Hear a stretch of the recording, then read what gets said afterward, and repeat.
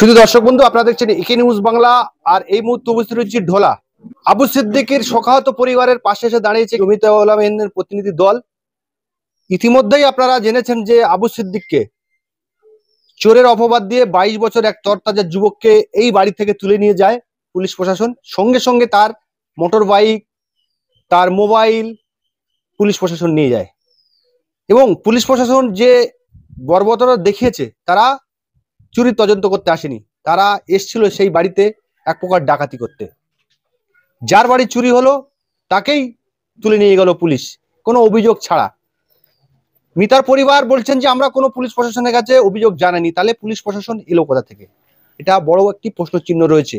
তারপরে বিনা অভিযোগে থানা তুলে নিয়ে গিয়ে থানার বড়বাবু সহ ধলা থানার টিম সেই 22 বছরের যুবকের উপরে অত্যাচার চালায় এবং তাকে যাতে মার কম হয় এবং তাকে যাতে সহজভাবে জামিন পায়, তার জন্য আবু সিদ্দিকের বাড়ির পরিবারের কাছ থেকে 2 লক্ষ টাকা চায় এই ধলা থানার অফিসার।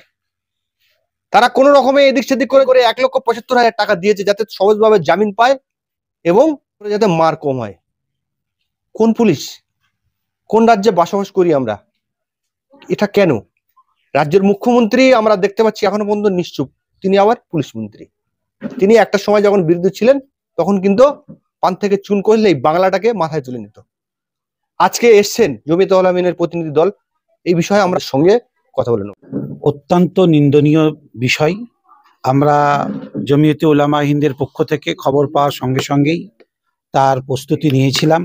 অলরেডি আমাদের সঙ্গে আমাদের দক্ষিণ 24 পরগনা জেলা জমিয়তে উলামা হিন্দের সভাপতি থেকে শুরু করে সম্পাদক সবাই নিন্দা জানিয়েছেন। রাজ্য জমিয়তে উলামা হিন্দের সাধারণ সম্পাদক মুফতি আব্দুস সালাম সাহেবও এই বিষয়টা নিয়ে চিন্তিত এবং গভীরভাবে নিন্দা জানিয়েছেন।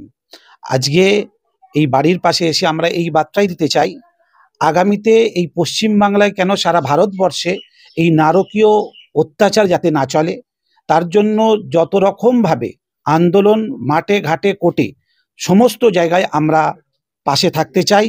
আমরা এর বৃহত্তর আন্দোলন করে এর সঠিক ইনসাফ যাতে আসে আবু সিদ্দিকের, সেই চিন্তায় আমরা করছি। সেইভাবে পদক্ষেপ নেওয়ার পরিকল্পনা রাজ্য এবং জেলা স্তরে আমরা নিচ্ছি। রাজ্য জমিয়তে উলামা হিন্দের সভাপতি সিদ্দিকুল্লাহ চৌধুরী, উনি শাসক দলের আবার বিধায়ক, উনি এসব সম্বন্ধে আপনাদের সঙ্গে কোনো মত প্রকাশ করেছেন? অত্যন্ত নিন্দা জানিয়েছেন। মৌলানা সিদ্দিকুল্লাহ চৌধুরী যেরকম ক্যাবিনেট মন্ত্রী, একাধারে তিনি সর্বপ্রথম জমিয়তে উলামা হিন্দের সভাপতি। আমরা অত্যন্ত শ্রদ্ধার সঙ্গে তাকে জানিয়েছি, তিনি এটা নিজেও জেনেছেন, আমাদেরকে তিনিই পাঠিয়েছেন এই পরিবারের পাশে আমরা একসঙ্গে থেকে কিভাবে ইনসাফ পাওয়া যায় সেই বিষয়ে আলোচনা করতে। কি বলেছেন উনি আপনাদের মাধ্যমে এই পরিবারের জন্য? যে কোনোভাবে আমরা এই পরিবারের সর্বরকম সহযোগিতার পাশে আছি।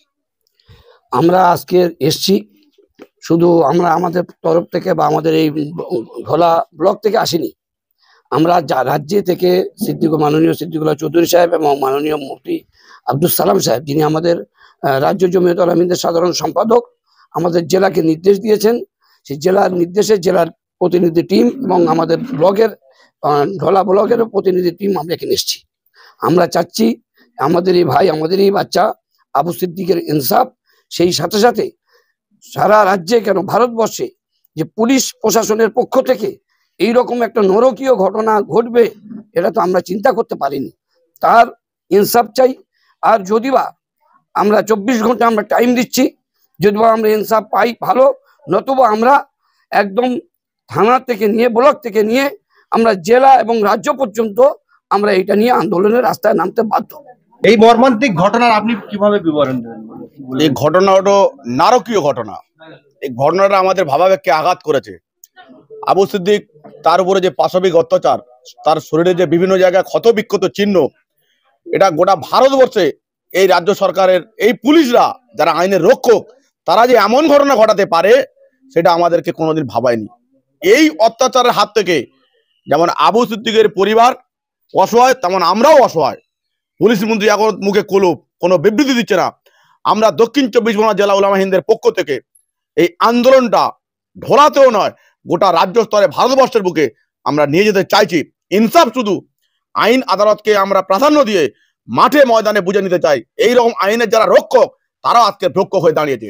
হাতে মানুষ যায় অসহায়, বিভিন্ন পরিস্থিতির মোকাবিলা করার জন্য পরিস্থিতি অসহায় অবস্থা থানা দেয়, সেই থানা মানুষের উপর অত্যাচার চালাচ্ছে, নির্মম অত্যাচার। একটা তরতাজা 22 বছরের যুবক কি অন্যায় করেছিল আমরা এই পুলিশ মন্ত্রীর কাছে জানতে চাই। এই নারকীয় হত্যাকাণ্ডে পুলিশের বিরুদ্ধে আপনি কি স্টেপ নিয়েছেন? আমরা শুনেছি ঘটনার মাধ্যমে যে একটা রাজদীপকে ক্লোজ করা হয়েছে, এটা তো সাময়িক। আমরা এই তদন্তে প্রভাবিত করতে চাই না, কিন্তু এই তদন্তের প্রতি আমাদের বিশ্বাস ভরসা নেই। আমরা চাইছি এটা সিবিআই তদন্তের মাধ্যমে হোক এবং আসল ঘটনা উদ্ঘাটন হোক। যে বা যায় পুলিশ অফিসাররা এবং যাদের অঙ্গুলি হেলানে এই ঘটনা নারকীয় হত্যাকাণ্ড ঘটিয়েছে গত কয়েকদিন ধরে 2 তারিখ থেকে 4 তারিখ পর্যন্ত এর বিহিত ব্যবস্থা হওয়ার জন্য সিবিআই তদন্তের দাবি করছি। এবং সেই সঙ্গে সঙ্গে এই পরিবারকে সঙ্গে নিয়ে আমরা শুধু রাজ্যে নয় রাষ্ট্রপতির কাছে দ্বারস্থ হওয়ার জন্য আমরা আজকের আহ্বান দেব। এবং আমরা আজকের পুলিশ প্রশাসনকে বলবো, যারা এই অপরাধীর সাথে যুক্ত তাদের বিরুদ্ধে আমরা কি স্টেপ নিলেন, প্রয়োজনে আমরা আজকেরই এখান থেকে বিভাগীয় অফিসারদের সাথে বসবো, কথা বলবো এবং 24 ঘন্টার মধ্যে যারা এই ঘটনার সাথে যুক্ত তাদের বিহিত ব্যবস্থা না হওয়া পর্যন্ত আমরা কিন্তু আন্দোলনটা আরো অনেক বড় আকার ধারণ করব। এই কর্মসূচি নেওয়ার জন্য আমরা এসেছি এবং এই পরিবারের পাশে সব রকম ভাবে আমরা পাশে থাকার আজকে আপনাদের থেকেই আমরা আহ্বান জানাচ্ছি, সমস্ত রকম ভাবে। একটি থানার দায়িত্ব ভারপ্রাপ্ত আধিকারিক থাকেন থানার বড়বাবু ওসি, থানার অনুমতি ছাড়া থানায় কোনো কিছু হয় না। এবং আমরা শুনলাম যে মিতার আত্মীয়র সঙ্গে যে থানার বড়বাবু বলছে যে ওকে ল্যাংটো করে টাঙিয়ে মারা হোক, সেই থানার বড়বাবু এখনো সেই থানায় বহাল রয়েছে।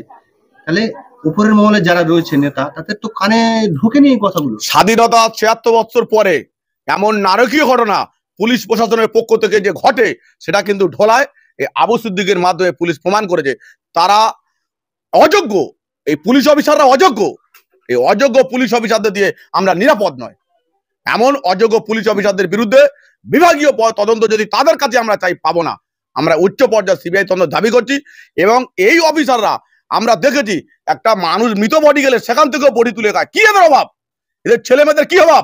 পর্যাপ্ত আমাদের বসাদের বেতন চলে আর আমাদের উপরে পাশবিক অত্যাচার চালায়। এই পুলিশ অফিসারদেরকে আমরা বিহিত ব্যবস্থার জন্য আমরা আইনে শান্তিপূর্ণভাবে গণতান্ত্রিক পদ্ধতিতে আমরা আন্দোলনে যাব। কারণ এরা একজন সাধারণ অসহায় মানুষ যারা যায় কোনো বিপদে বললে সেখান থেকেও টাকা চাই, শুধু টাকা চাই, টাকা চাই, টাকা চাই। কারা এরা? এরা হলো ডাকাত, এরা চোর, এরা ক্রিমিনাল। সেই জন্য আমরা এদের বিরুদ্ধে শান্তিপূর্ণভাবে আইন পদ্ধতিতে আইনতভাবে আমরা আগিয়ে নিতে চাই। পুলিশ প্রশাসনের যে মাইনে হয়, আমি আপনার এবং আমার জনগণের ট্যাক্সের পয়সা তাদের মাইনে দেওয়া হয়। তাদের কাজ হলো আমাদের নিরাপত্তা দেওয়া। কিন্তু বর্তমানে যা পরিস্থিতি তৈরি হয়েছে, কারোর বাড়ি পুলিশ গেলে মানুষ ভয় করে। এই প্রসঙ্গে আপনি কি বলবেন? এটা আজকেরই ঘটনা না, বেশ কয়েক বছর যাবত পুলিশ দেখলে মানুষ একটা আতঙ্কিত। পুলিশ দেখলে মানুষ একটা আতঙ্কিত, একটাই মনের মধ্যে ভয়, টাকা চাই, টাকা চাই, কথা বলতে গেলে টাকা। আমরা এই রকম কাজকর্ম পুলিশ প্রশাসনের পক্ষ থেকে সবাই যে দোষী সেটা না, যারা ভালো অফিসার আছে তাদেরকে বলবো এগুলোকে বন্ধ করান, মানুষের নিরাপত্তা দেন। আপনাদের দায়িত্ব, আমাদের পয়সায় আপনাদের ছেলে মেয়েদের সংসার চলে, আপনারা খান। আমরা নিরাপত্তার জন্য পুলিশ প্রশাসন থানা গঠিত হয়েছে। আপনারা নিরাপত্তা না দিয়ে নিরাপত্তার আইনের রক্ষক হয়ে আপনারা ভক্ষক করতে যাবেন না। এটা ছোট কথা নয়, এটা অনেকটা বড় কথা। এই পুলিশ অফিসারদেরকে আমরা ধিক্কার জানাই। সেই সঙ্গে সঙ্গে অনেক অফিসাররা ভালো আছে, তাদেরকে হাত বেঁধে রাখা হয়েছে। আমরা বলবো আপনারা দরাজ হয়ে কাজ করুন, আমরা আপনাদের সঙ্গে আছি। আপনাদের সভাপতি সিদ্দিকুল্লাহ চৌধুরী, জমিয়ত উলামায়ে সভাপতি সিদ্দিকুল্লাহ চৌধুরী, ওনার মাধ্যমে রাজ্য সরকারের কাছে কি কোনো বার্তা আপনারা দিতে চান? আজকেরই আমরা বার্তা দিয়ে দেবো, আজকেরই বার্তা দিয়ে দেবো। এই বিষয়টা উনি খুব চিন্তিত, আমাদের মারফত কন্টিনিউয়াস খোঁজ খবর রাখছে। এই বিষয়টা উনি খুব বেদনাদায়ক এবং দুঃখ প্রকাশ করেছেন। আমরা চেষ্টা করব ওই পরিবারের সব রকম যে আমরা আজকে আওয়াজ দিচ্ছি, এটাও ওনার আমাদের পক্ষ থেকে মদত আছে এবং আমাদেরকে সেভাবে উনি ইনস্ট্রাকশন দিয়েছে এই পরিবারের সঙ্গে থাকার। যে নারকীয় হত্যাকাণ্ড ঘটিয়েছে প্রশাসনের দ্বারা, প্রশাসনের কাছে মানুষ যায় নিরাপত্তার জন্য, কিন্তু সেখানে নিরাপত্তার অভাব, সাধারণ মানুষ আমরা অভাব বোধ করছি। সুতরাং যেভাবে তার উপর অমানবিক অত্যাচার চালিয়েছে, নিন্দা জানানোর ভাষা আমাদের কাছে নাই। ফলে আমি জমিয়ত উলামায়ে হিন্দের পক্ষ হতে তার নিন্দা জানাচ্ছি এবং যারা যারা ওই কাজের সঙ্গে জড়িত রয়েছে তাদের কঠোর থেকে কঠোর শাস্তির দাবি জানাচ্ছি। আমরা খুবই মর্মাহত। আমরা এসেছি আগে ঢোলা জমিয়তের পক্ষ থেকে, আমরা কালকে এসেছিলাম এবং আমাদের রাজ্য নেতৃত্ব ওনারা এসছেন, ওনাদের সাথে আমরাও আছি। আমরা এটা দেখতে চাই যে যেটা দেখেছিলাম উত্তরপ্রদেশ, যেটা দেখেছিলাম আপনার হাসরাত, যেটা দেখেছিলাম অন্য কোনো রাজ্যে, পশ্চিমবাংলা স্বাধীনতার পরে যে ঘটনাটা আবু সিদ্দিক ভাইয়ের উপরে করলো, এটা সর্বপ্রথম। আমরা চাই এটা সর্বশেষ হোক। আর এই সর্বশেষ হতে গেলে যেমনভাবে বিচার প্রক্রিয়ার এবং সাথে সাথে যে পদ্ধতিগতভাবে এই ছেলের যে চলছে, আমরা এর উপরে বিশ্বাস করতে পারছি না।